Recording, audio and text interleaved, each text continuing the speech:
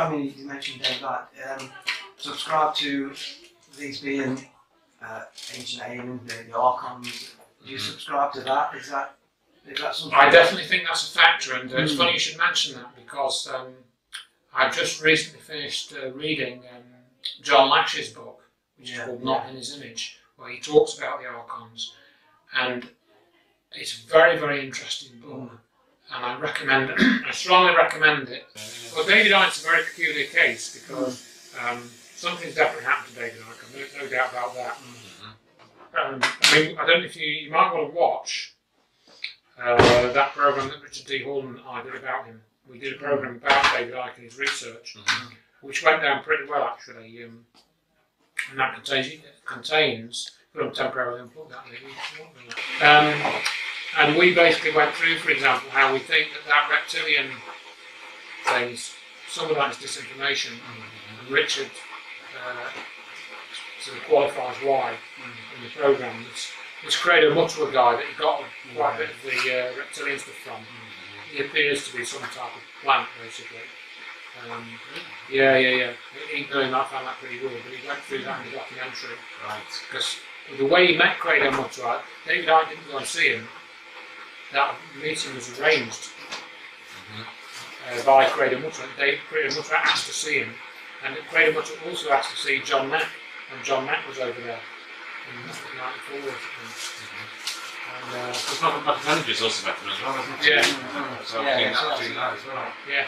Credo Mutwa has actually tried to debunk some of what Michael Tallinger said about the ancient stone sort of rings that which Credo Mutwa's tried to say are cattle pens.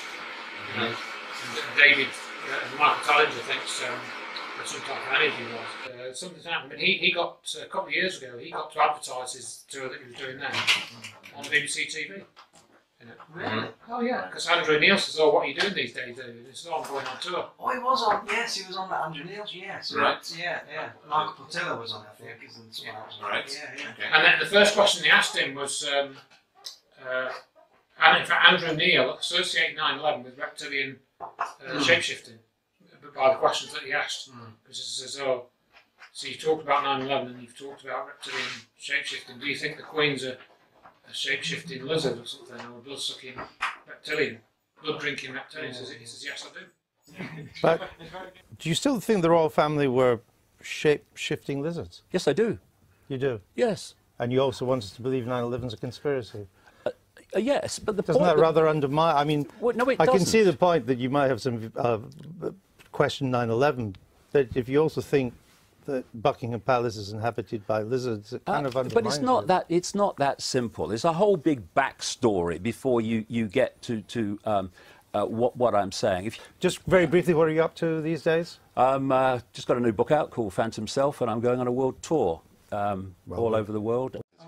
I mean, whenever I see David Icke on these more mainstream channels, that's all they go to, isn't it? Yeah. The reptilian thing, and the real extreme stuff that they've seen extreme. And that's what we think the reptilian disinfo is for. Yes.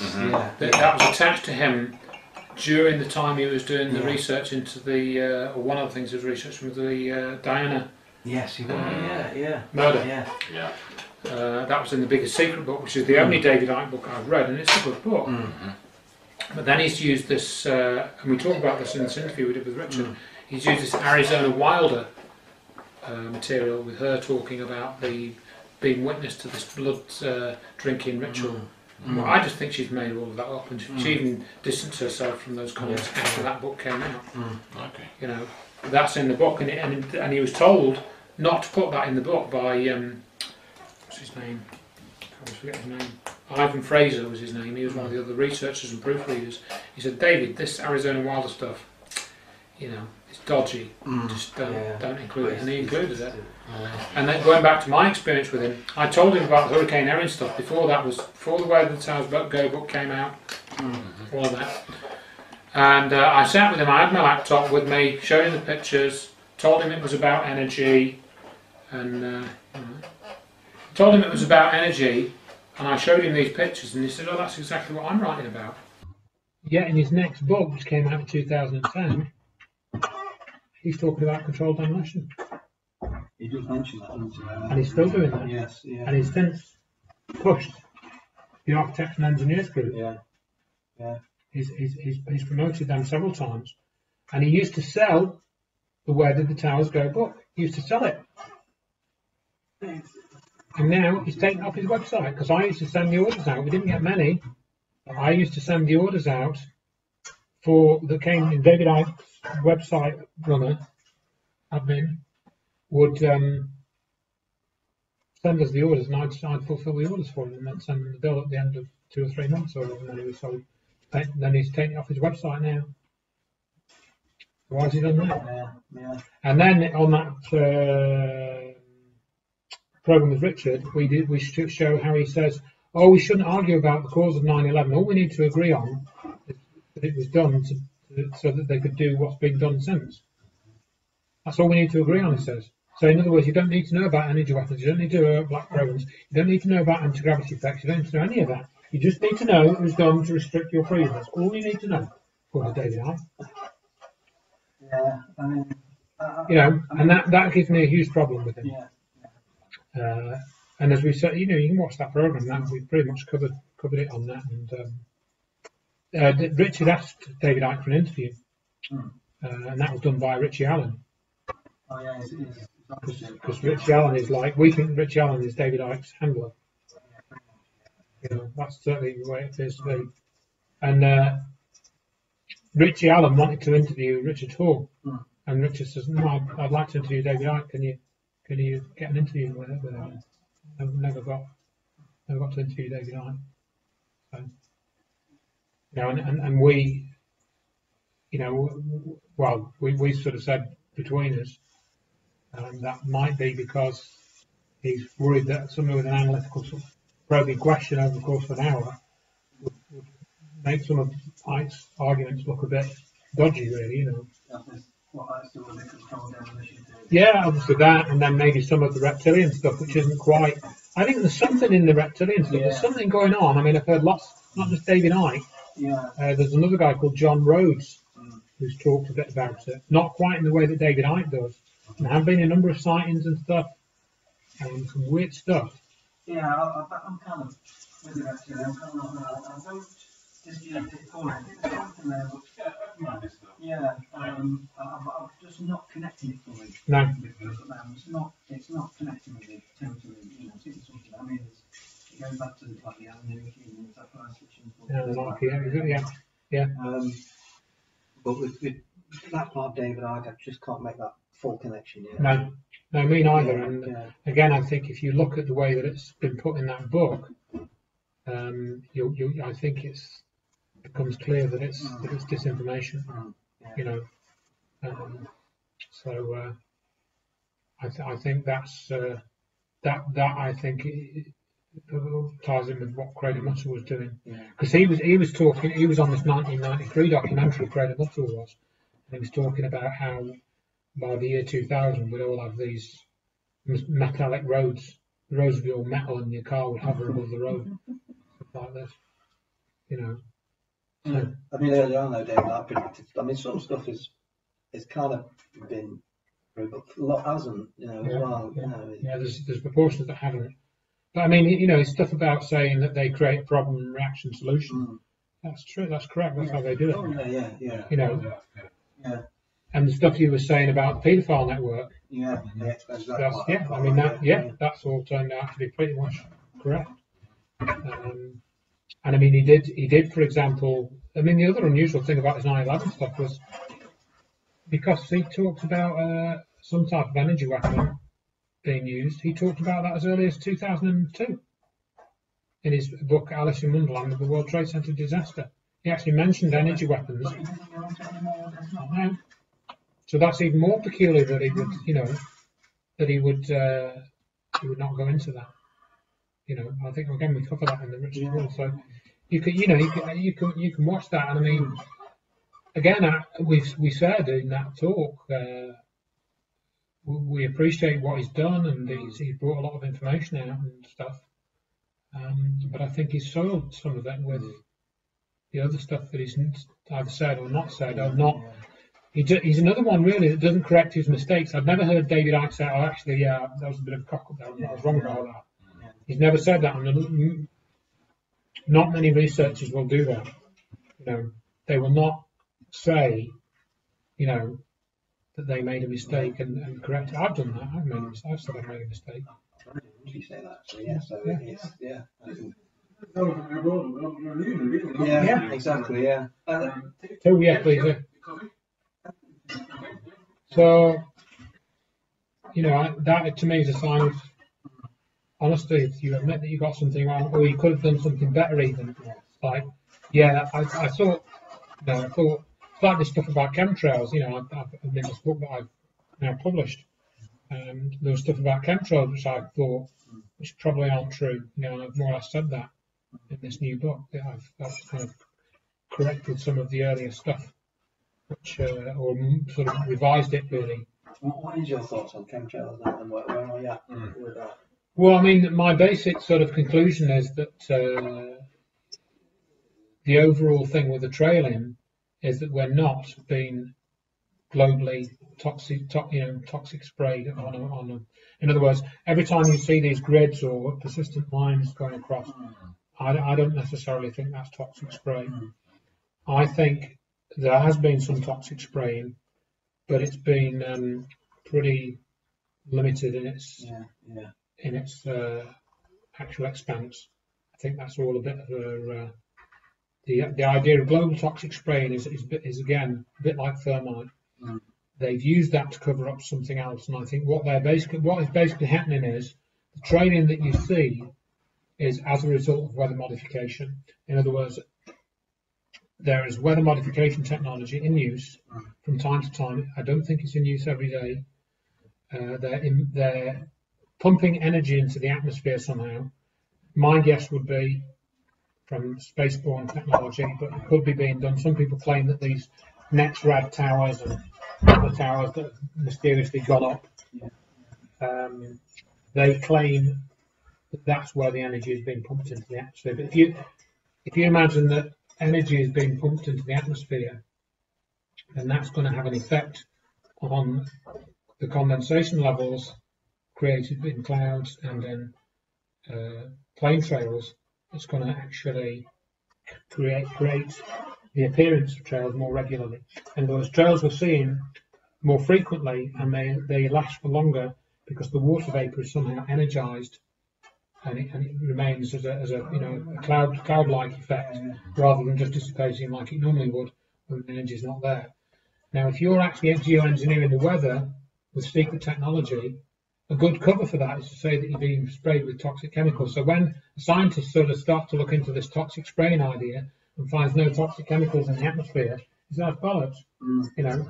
I've proved it. I've done this sampling.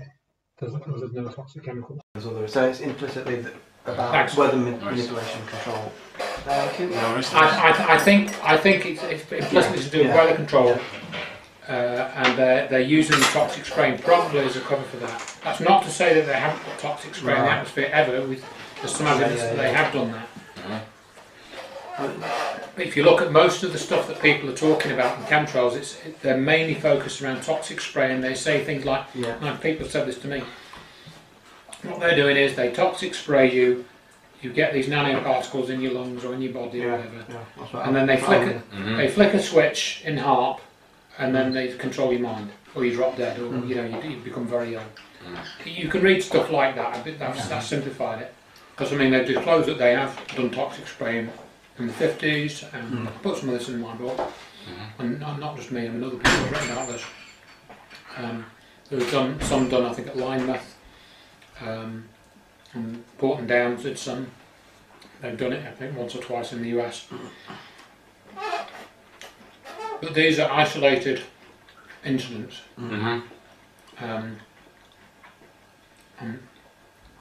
People have said, for example, that trees are dying in various areas.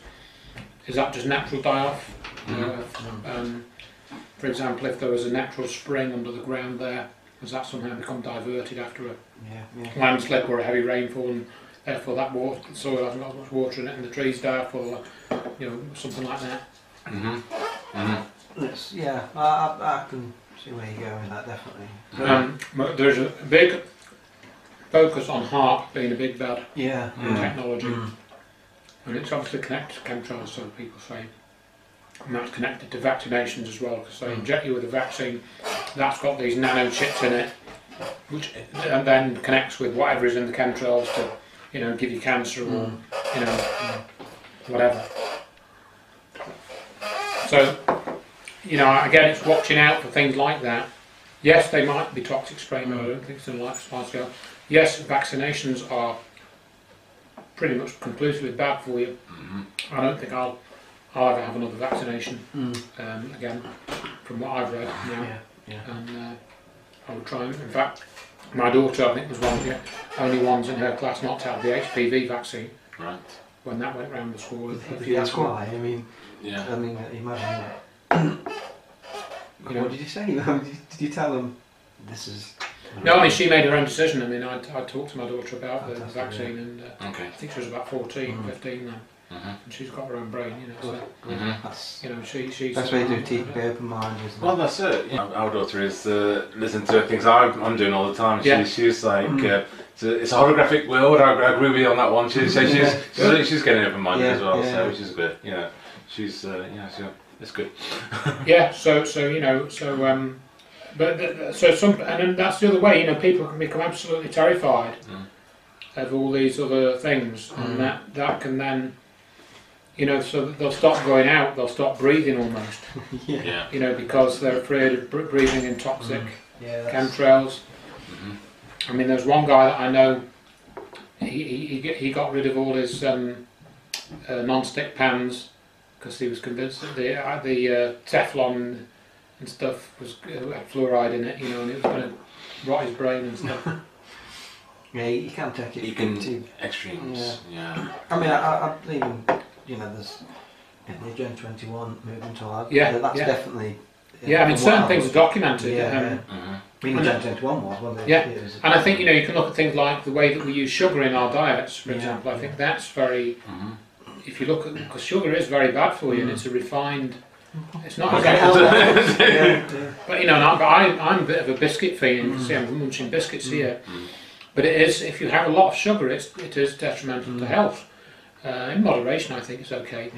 But if you look at how refined sugar is promoted over things like, say, honey, for example, honey is a lot less bad for you than refined sugar. And then, of course, you get these sweeteners, which are aspartame, which is really, it's basically rat poison in another chemical form. Yet, people are drinking Diet Coke by the gallon. They'll have a gallon of Diet Coke a week, and then wonder why they've got diabetes when they're into the mid-40s, It's accepting whatever's being told. What your doctor says is completely right. It tastes good. What's wrong with that? So looking at what you put in your body as well. I mean, I'm no health freak, but I've become more conscious of certain things. I don't use fluoride toothpaste anymore. I try to cut down on the amount of sugar that I take in. I don't drink. I used to drink Coca-Cola, not a lot, but I used to have it when I go out, so I'm teetotal, but now I just have soda water if I go to a pub, or just tap water, I won't have a sweet fizzy drink.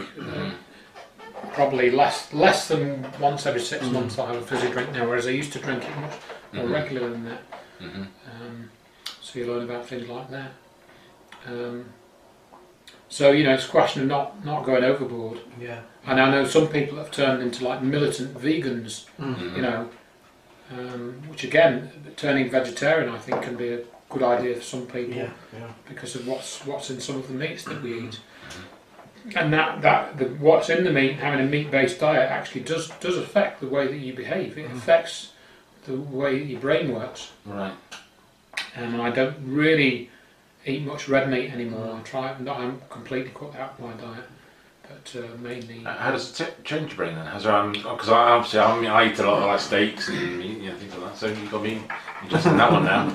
Well, I mean, I think it's more subtle. It's more subtle than that, but I think it's down to this. Because obviously when you eat meat, it's a form of predation, much more so than with a plant-based diet. So I think there's certain things which, and it affects different people in different ways, so it's not really a hard and fast thing. I'm not claiming that it is, but I think you become, once you see the way that we're manipulated and controlled through forms of violence in many ways, or forms of oppression, then you start to become more aware of how you can be behaving like that to other creatures, I think, and therefore, and I still eat meat. I'm not vegetarian even, let alone vegan. But I can now identify more closely with the arguments that vegetarians and vegans make, more closely than I did. Right. Yeah. Perhaps before I got into this. Okay. You know, like for example, the meat industry, how that works, that's geared towards certain outcomes, I think. Yeah. And if you think of the life energy effects, I suppose what I'm thinking of is how, you know, these animals are killed and stuff, and that the life energy that's then taken away, and that sort of thing. That's what I think of a bit more now. Okay. And just to give you, I'm digressing a little bit from there, but I had a friend who was diagnosed with high blood pressure. Yes, high blood pressure and diabetes, and I think he was only about 4 years older than me, so he was, I don't think he was even got to 50 years old. And he got persuaded by his doctor to take this medication to treat his high blood pressure, but he didn't want to go on this medication because he was not into it. And I think he was also, he had to take medication for diabetes, type 2 diabetes, which is back to the sugar thing again. And so I said to him, you know what, I've heard that you can treat type 2 diabetes just by a certain type of diet. You eat certain foods and it's quite a rapid effect. And I'd recall listening to this Coast to Coast programme 2 or 3 years before I was speaking to him. So I'd archived that on my website and I sent him the link. It's by Dr. Gabriel Cousens, and he runs this thing called the Life Centre or something in somewhere in Texas, I think. And he's got a website, he's got books, and he says he has a thing, and he calls it the live food diet, and it's like raw food, but it's even more focused than raw food. So it's lots of berries, apples, and his argument basically is that the more that you process food, even by, I think it's, you know, chopping and cutting and squashing and that sort of thing, the more life energy gets taken out of it. And it's not like calorific diet, it's different, it's like an energy thing, you know, it's like a life energy, a life force type of thing. So he recommends a specific diet for treating diabetes to rebalance your physiology and make your organs process the sugar and stuff in your body properly, because it gets out of kilter. And when it gets out of kilter, if you use the standard allopathic medication, it sort of slightly adjusts it, but it doesn't reset it. It doesn't reset. It's like, you know, when your computer gets slow. One way is you just reboot the computer, or you might need to reinstall the operating system. You kind of reset it, and then it'll speed up again and go back to normal. That's what I think is an analogy for this resetting your physiology, is with this live food diet. So anyway, this chap was called Kevin. He just listened to this thing, you know, it was in like 20 minutes or something. He got the books by Dr. Gabriel Cousens, and he started following the diet that was recommended. He said it was quite tricky. Live food. Live food diet, yeah, Dr. Gabriel Cousens. And then he wrote to me, I think about 3-4 weeks later, and he said that after 2 weeks of following this diet, he'd lost 1 stone in weight, and then after another week, he was off all his medication, and his blood sugar levels were back to normal, and he'd gone off his blood pressure medication and everything. Was he? His type 2 diabetes had gone. Wow. Yeah, and that was because he'd followed this diet strictly for 2 weeks, and he went back to his doctor, and his doctor couldn't believe it, you know. And everyone just thought he'd been on a fad diet, you know, like the Atkins diet or something. No, but he followed this specific protocol of using this diet for 14 days. So, and it's my understanding, if you study medicine, allopathic medicine in university to become a doctor, you do about, you know, 1 lecture on diet. You know, you don't do because they don't think diet is connected to anything, but you are what you eat. Yeah. You know, you are what you eat. Absolutely. Again, a cliche that's true, you know. It is. Yeah. It is, and it's true. And so I found out a lot about that, and so I'm not particularly healthy eater, and biscuits and, you know, and a lot of dairy products and I still eat meat and stuff, but nevertheless, I think you do benefit Yeah. from an awareness of that, and that you can, you know, you can change your diet to, I think, to benefit your health quite easily, really. Yeah. Mm-hmm. Yeah. You know. I know that. Yeah. Yeah. And he carried on with this diet, this Kevin, and it helped him enormously, you know. And I think there's one other person I know that tried it. But then you get into all the health cover-ups that have been There's always people. Always, yeah. perpetrated, you know. And cancer is an enormous, and we talked about this on the health program. That's, you know, people can't accept it because they think if you could treat cancer by eating apricot kernels 3 a day, everyone would know about that. You know, everyone would know. They wouldn't have all these chemotherapy drugs, and so they don't believe you. And I know people that have taken chemotherapy drugs in preference to taking apricot kernels, which have no side effects. They have a slightly bitter taste, you know. But this has been shown time and time again that apricot kernels, which are B17 source nitrosides, can have a positive effect on cancer, you know. Wow. And obviously they don't want this information out because they don't want people cured of it. Yeah, This has been known for at least since at least the 1970s. I mean, I know there's been lots of like doctors and scientists outside the spectrum of mainstream have tapped into the cures and just been because all the charities will go down the hill and just money will dry up. And, exactly. And when I'm talking about this, just look, you know, Cancer Research UK, CR UK, Crook, which is, you know, I think is a kind of, you know, sadistic kind of message. But what I was going to say about them is, if you read the history of that, they started, I think, in 1902, 1904, I don't remember the exact date. It's quite a number of times I tell people this. Over 100 years old, that research charity. What have we got from them now?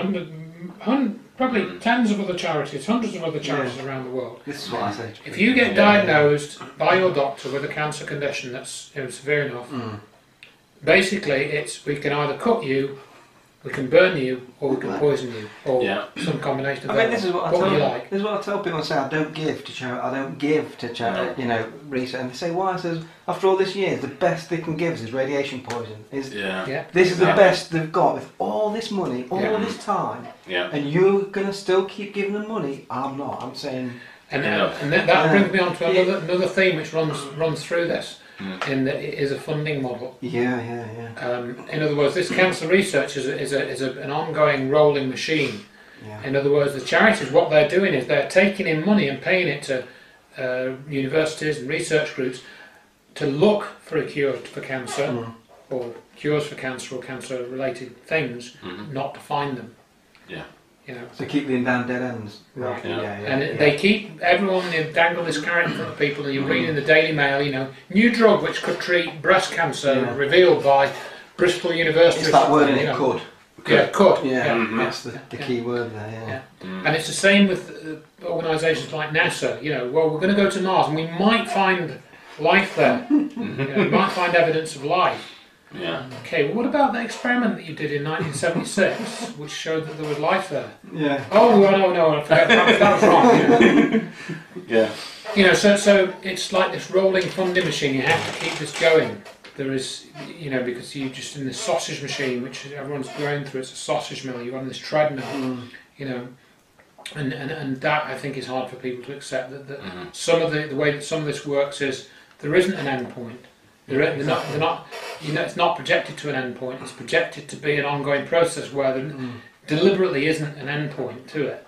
No, I say either keeping fear or hope without a dead end. Either way. That's it. Constant fear, constant hope. You know. Distraction by TV. You keep people in the, as you say, it's a good analogy. The fear at one end, hope at the other, and keep people sort of roughly in the middle of that spectrum, and then. You know, keep the status quo. The people that are in power stay in power. You know, why give all this money to all these corporations? All this money to charities, taxes. You know, we've got to have all these taxes to build the roads. We don't need roads. Never have needed roads. You know. Great, it's true. Absolutely. And this is it. It's just thinking, oh, algae outside the box about things. in a way, it's not really outside the box. Just think, you know, really, it's just absolutely. And that's obviously the starting point. You know, talking about freedom. Well, what's one's definition of freedom? Okay, so we live in a free country. We live in Britain. We can say what we like. Can we? Maybe not so much anymore.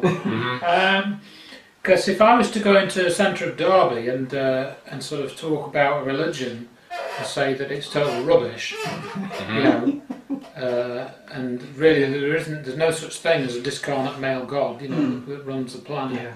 That's just nonsense, you know. If I was to go and say that in no uncertain terms and name certain religions, you know, I'll be hauled off to the local cop shop.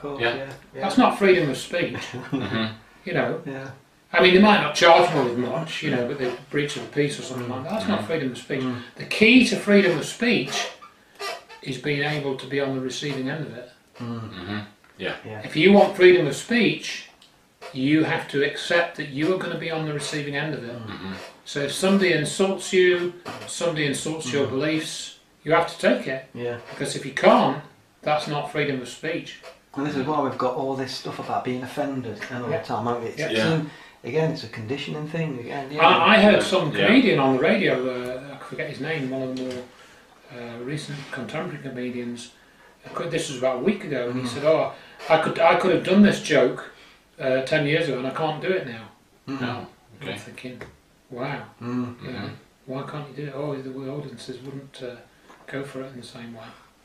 I mean, it's just laughable that you could be in a job, you could lose your job purely for stating an opinion. But I mean, what? It's happened. It does happen. It does happen. Yeah, it does. I mean, it's just ridiculous, isn't it? And the press and the media, they fuel it. Yeah. You know, whereas years ago it wasn't like that. It wasn't like that. You know, they're portraying the people on the so-called receiving end as victims. Victim culture is the I mean, what happens to you when nothing happens to you when you get wake up and you've lost an arm or something? Nothing happens to you. What? What's going on? It was a similar thing to me. Like years ago, I had operations and stuff like that, and doctors were actually going for it. But now they won't go for certain operations that I had because again, you could, you know. But I mean, I would rather go for things rather than not go for things. And my surgeon now, who's taken over the role of Mr. Newton, he doesn't want to do anything because he thinks, you know, you're doing everything you can. You can go upstairs, you can walk, you can drive. Let's not do anything more, you know. But I want to get straighter, I want to get stronger. But of course, he don't want to do it. He doesn't want to touch me because he's content to make it worse. That's it. But you won't. So no, that's a different thing. But it does tie in, definitely. It's this, you know, I mean, my son came home from college a couple of weeks ago and said, "Oh, we've been filming in Nottingham, you know, at these various locations, and we have to do a risk assessment." That's another thing, isn't it? Yeah. Extreme. Health and safety. And I might walk into that. There's a lamppost there. I might walk into it. You know. Ridiculous. Ridiculous. You know. Isn't it that people want to? And I think that, you know, some of the basic problem is, and I've said this on some of the interviews, is taking responsibility for your own situation as much as you can. Absolutely. I mean, again, you know, no one can do everything. You know, not everyone can be their own doctor and electrician and so forth. But within their capacity. Right. Yeah. Exactly. So you have to take your own responsibility for your own thinking, your own actions, but also you have to accept that you are fallible and other people are fallible. And that has somehow started to fade away more now. That people are not tolerant of other people's mistakes, and it seems that things are set up to put people into a state of fear and victim, as you said earlier, victim mindset. So that makes lots of things a lot more difficult than they used to be. I mean, maybe that's because of when we speak the truth, it counteracts, because with the internet now, you've got access to all this information, so it needs a suppressant somehow, doesn't it? Because all this information coming through, you need a suppressant, else it's going to be free, isn't it? They don't want that. So have this victim, have all this in place, so you know, your viewpoints, you know, can be scrutinised, basically. Yeah, that's what I mean. That's what I'm saying. By legal terms, sometimes, you know, it's what's going on, you know. And that's what I don't like about things these days, because people are still argumentative and separate. That's what they're trying to design us into, to like become, you know, like say, argumentative with each other. Why not just unite rather than fighting with each other? Exactly. That's what I feel like we should be more like, you know, not against each other, but with each other. There's a certain duality which I've found though, in that you want people to become more aligned together. But at the same time, for example, I don't really have much common ground now with most of the people that I meet because they haven't seen and unlearned and understood what I understand. So I actually find myself separating myself consciously from other people because of my state of mind. So at the same time, while you want people to learn and come together, that's the one end of it. But you get this duality where I think, well, I can't see how that's going to happen because of all the scale of the issue. And therefore I want to separate myself away from that to keep my own peace, if you will. Just, Run out of this and that. Do you really think people just people are full of small talk? People talk about nothing a lot, don't they? And talk about nothing. They can spend all day talking, and really they spoke about nothing. And I can't do that really, not for very long. I mean, but it's the same with my daughter came yesterday. She was like saying, I just saw one of my friends I've not seen for a while, and she just put this lovely picture of herself. She's gorgeous. She looks older than me. She's got big boobs, big and nice hair. I'm like, just calm down, just ignore it. But this what this. So I think social media, to be honest with you, I think it's a killer. It's it is a literary killer because it could be suicidal thoughts happening and things like that. I just don't like social media.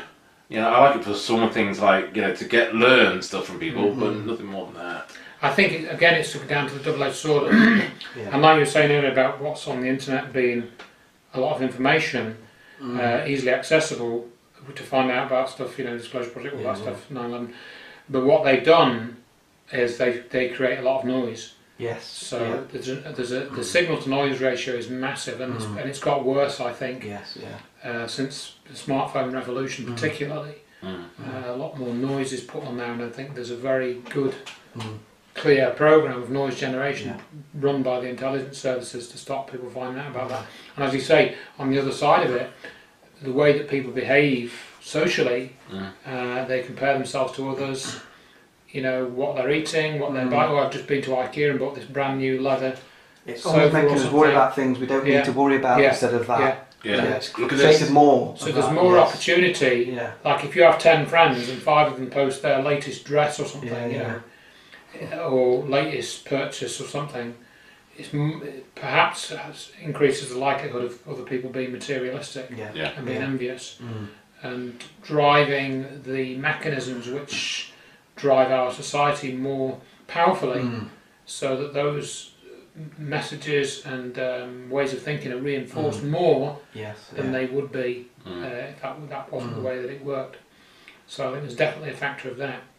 As you said, I've found social media it can be a good way to share information about what I'm doing, what I've found out, and people do express their appreciation of that to me and to other people. So that's definitely a bonus. And I think it's I think I'm quite wary of doom and gloom.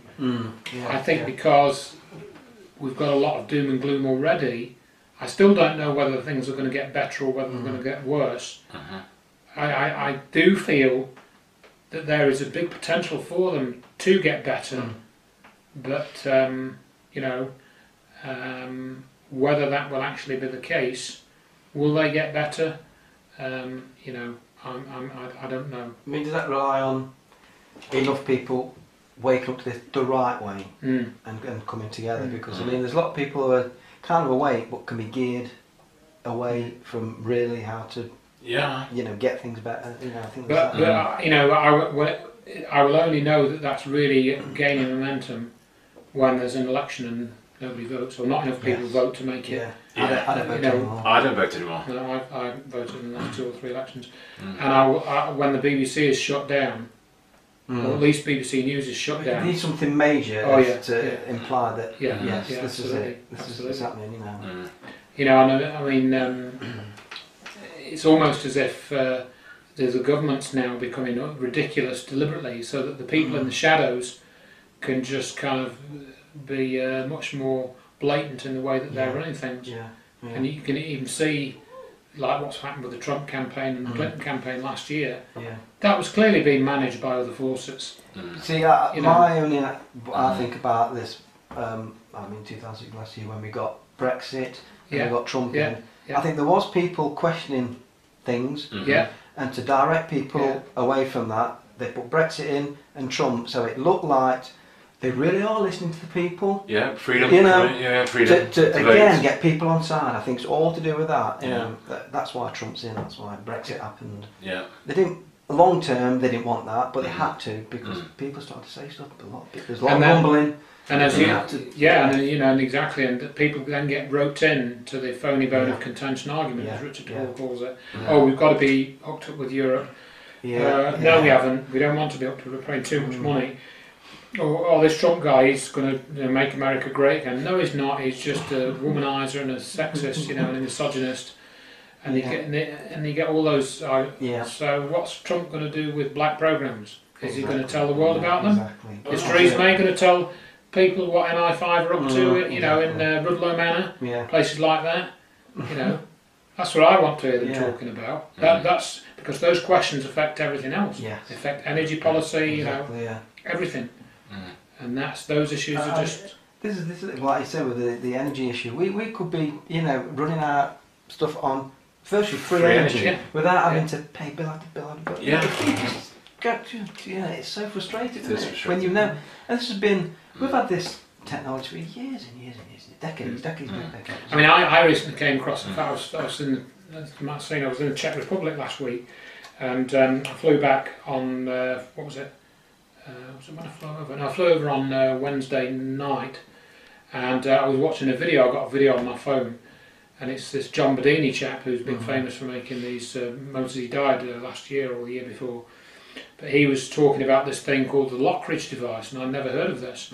And it was really interesting because the story of this Lockridge device was that it was a group of soldiers were in Nazi Germany at the end of the war. And they went into this lab or factory or room somewhere, and there was this generator running this building or room, or room maybe, and it was not connected or anything. All the lights were on, and it was self-running. Wow. And they actually had to sort of put their foot on the spinning turbine wheel to shut it off, and then they took this thing back to the US. And it was a Bosch generator. It had been modified, so it's a standard Bosch generator out of a Volkswagen truck or a car or something. And the windings had been modified. They put new brushes into it. And this other guy was given to this, I think, guy called Lockridge, and he reverse engineered it, and he made it into a generator. And apparently, it was sold in the 1940s and 50s, and campers. We were using this. They would literally, and the people that had this, and they would literally put it in their caravan or their trailer, and they could pull a cord, and this thing would run, and it would provide 300 watts of power. But that was all. It would only provide 300 watts of power. If you tried to suck more than 300 watts out of it, it would kill the generator, and that was it. It would burn out, finished. And then what happened is, because of the design, and Bedini explains all of this in the videos. Energy from the vacuum series, and I think it's video either 12 or 14 if people want to buy it at horrendous cost from that website. When it wore, what happened was the brushes would wear out, so these brushes from the Bosch generator were actually filed down to a particular size so that they would make them contact the commutator on the generator spindle in a particular sequence, so that the field and the current would flow in a particular way with a particular resonance. And once the brush wore out, they would take it to a dealer who fixed up Bosch generators from cars, and they would put the brushes from the Bosch generator back onto it, and of course it wouldn't work because the brushes were the wrong size. They were about 2 millimeters too wide, so that put all the timing out, and the generator was useless. So once the brushes wore out, that was it. So that's why there are hardly any left, and John Bedini has one sort of replica that was built, but it was a non-working replica. But he explains how it all works. So, but these people had it; they were using it. It wasn't just one. There there's like they were sold. I forget which area of the US they were sold in, but and there's not much information. I was looking at this the other day. The Lockridge device. There's not a lot of information about it. There's just a couple of pages, most of which point to this page about the video by John Bedini. There's very little else about it.